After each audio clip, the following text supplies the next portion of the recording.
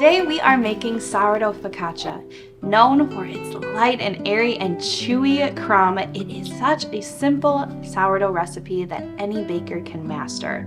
It's absolutely delicious when you just drizzle on olive oil and sprinkle on flaky salt, but it's also the perfect canvas for all your favorite inclusions. From caramelized onions, roasted veggies, fresh herbs, and melty cheese.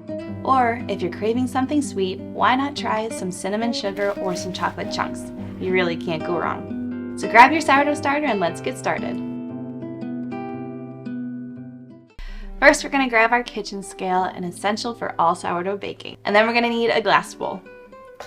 Place it on top and let's toggle it to 0. Perfect. All you need are 4 simple ingredients for your sourdough focaccia. Some bread flour, some room temperature filtered water, your active sourdough starter, and some salt. Just like a traditional sourdough bread, it really is super simple. So first things first, let's add our active bubbly sourdough starter. Look at all those lovely bubbles. So like you can see, we have plenty of bubbles throughout the jar. It has doubled in size, and there's bubbles on top. She's looking great. All we're gonna need are 50 grams. So 50 grams of active bubbly sourdough starter. Oh, come on, always so close. Then we're gonna add 400 grams of room temperature filtered water. You'll notice it's just a little bit more than your traditional sourdough loaf.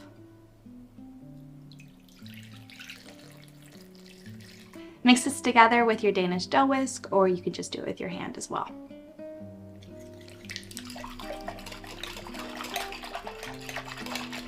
Mix until you have just a nice milky liquid. And to that, we're gonna add 500 grams of bread flour. You can use all-purpose flour, however, bread flour has more protein in it, so it's going to give you a greater rise and more of a chewy crumb. And for that lovely flavor, we're gonna add 10 grams of salt.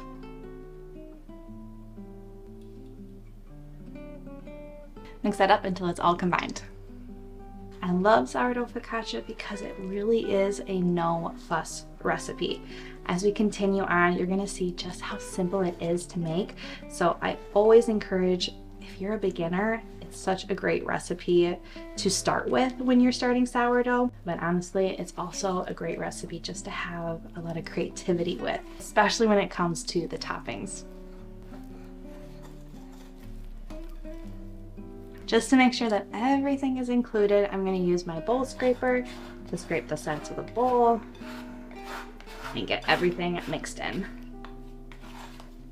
Not only is a bowl scraper just getting all your ingredients into your actual recipe, but it just makes cleaning easier later on.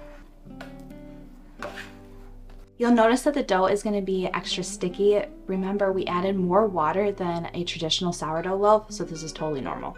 We're gonna let our dough rest for 30 minutes and let's cover up the dough so it doesn't dry out. You can use a reusable shower cap. I have this beeswax cover that I'm trying out, or plastic wrap, whatever you have. All right, now that our dough has rested for 30 minutes, we're gonna do our stretch and folds. So to help the dough from not sticking to my fingers, I just have a little bit of water on the side. I'm just going to lightly dip those in here. Now you're going to scrape your dough from the side of the bowl. You're going to dig to the bottom of the bowl. So you grab the dough, pull it up, and fold it on top of itself. Continue to do that by rotating the bowl, grabbing another piece of dough, folding, and again, the same motion over and over. You're going to continue to do this about 10 to 20 times, just going around, giving that dough a little bit of structure and strength. And because of that extra water, the dough is really elastic and stretchy. So I just kind of keep going until it doesn't stretch anymore. I think I'll call that about good. So then I like to just put all the seams facing down. And there we have it. So again, you're going to cover your bowl. And that's it for stretch and folds. No more after this. So we're going to leave it for the remainder of its bulk fermentation. Again, sourdough recipes do not have a set time frame. It really depends on the temperature of your kitchen for how long you want to leave your dough. So instead of looking at the clock, try to look for these signs. You want to see that your dough has risen at least 75%, almost doubled in size. You want to see plenty of bubbles. If you have a glass bowl, check it out. There should be plenty of activity. You should also see some bubbles forming on the top of the dough as well. The last sign that you're going to look for is when you shake it, it should look really light and it should jiggle when you shake the bowl. Plenty of movement. So if this is your first time making this recipe, just continue to check on your dough often. I'll usually leave it for about 12 to 14 hours, but if it's super cold, it can go even longer. If you do have a warmer kitchen, then it's gonna be quicker. So let that sit in a warm spot and we'll come back when it's ready.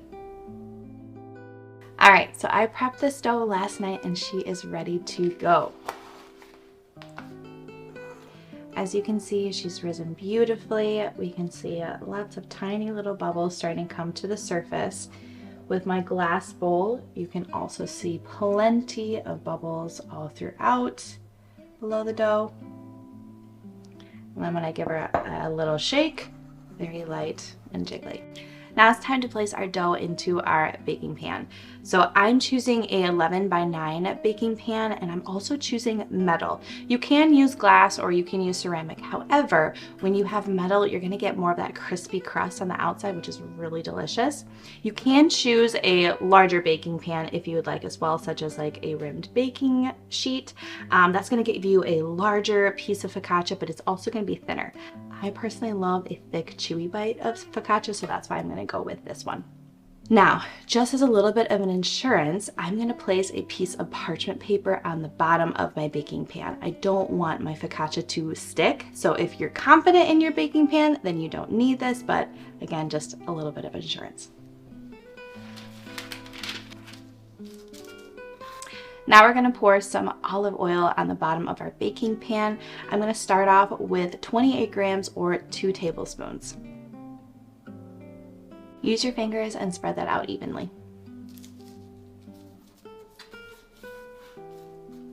The olive oil prevents the dough from sticking to your metal pan, but it also gives this bread just a delicious flavor. It's so good.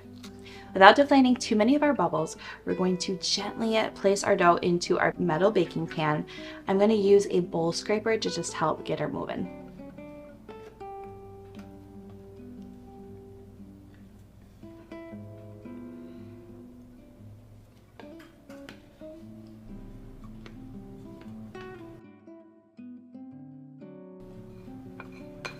Make sure every little bit of dough is included in the party.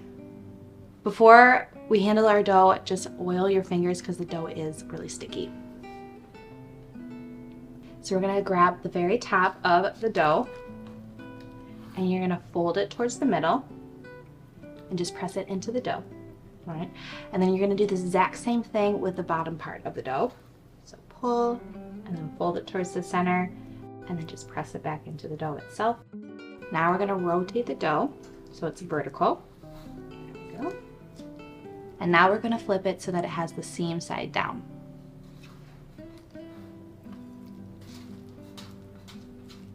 Perfect.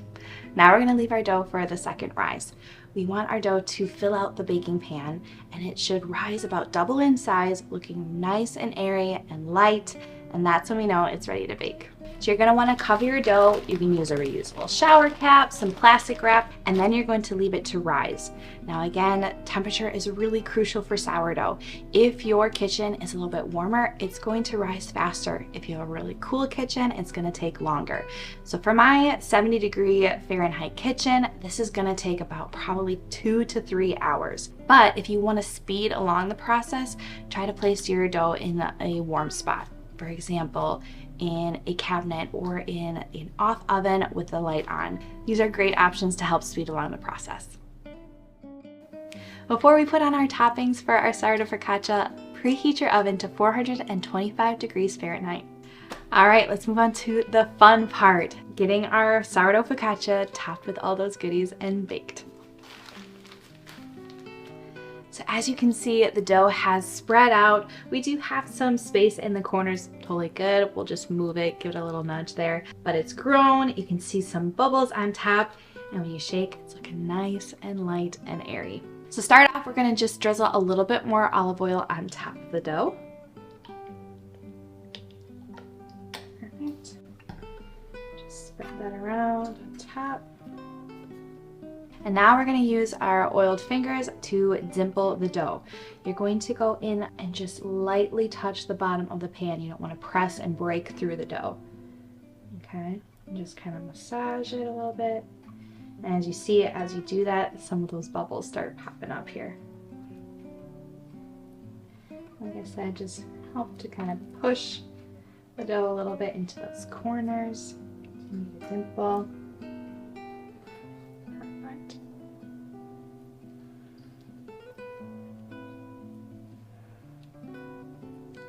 All right, so this is where you can get creative with it. You could place some vegetables on top. You could put some cheese, some fresh herbs. I'm gonna keep it pretty simple for this example, and I'm just gonna top mine with some rosemary. So that the rosemary doesn't burn, I'm just gonna coat it a little bit with some of that oil.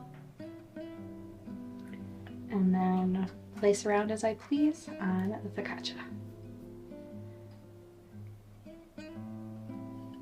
Some other toppings that I also love is just some roasted garlic if you have some time to prep that in advance, or you could experiment with other fresh herbs like thyme or basil.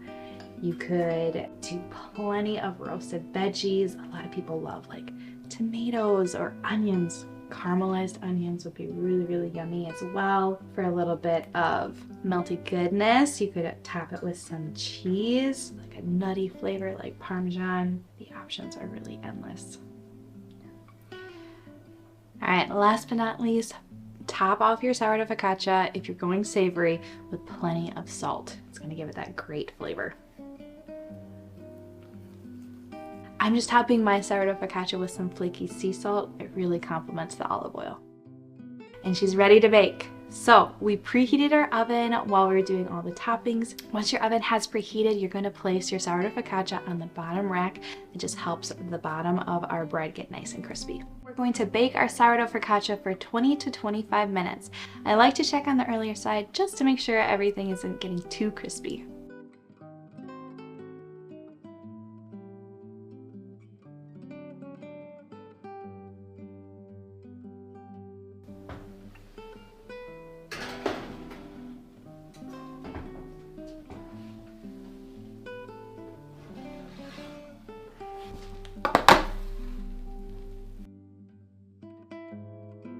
And just like that, you have the most delicious sourdough focaccia. With such minimal effort, you are met with the most scrumptious bread. Look at how beautifully golden brown it bakes up with the crispy exterior and those iconic focaccia bubbles. Inside, you'll be met with a light and airy and chewy crumb that is absolutely divine. It's such a simple and easy recipe if you're hosting or just making some delicious bread for your family. And don't forget those inclusions. My personal favorites are savory from the salt and the cheese and the fresh herbs. It's the perfect base to explore and be creative with. Be sure to like and subscribe, and I'll see you in the next one. Bye!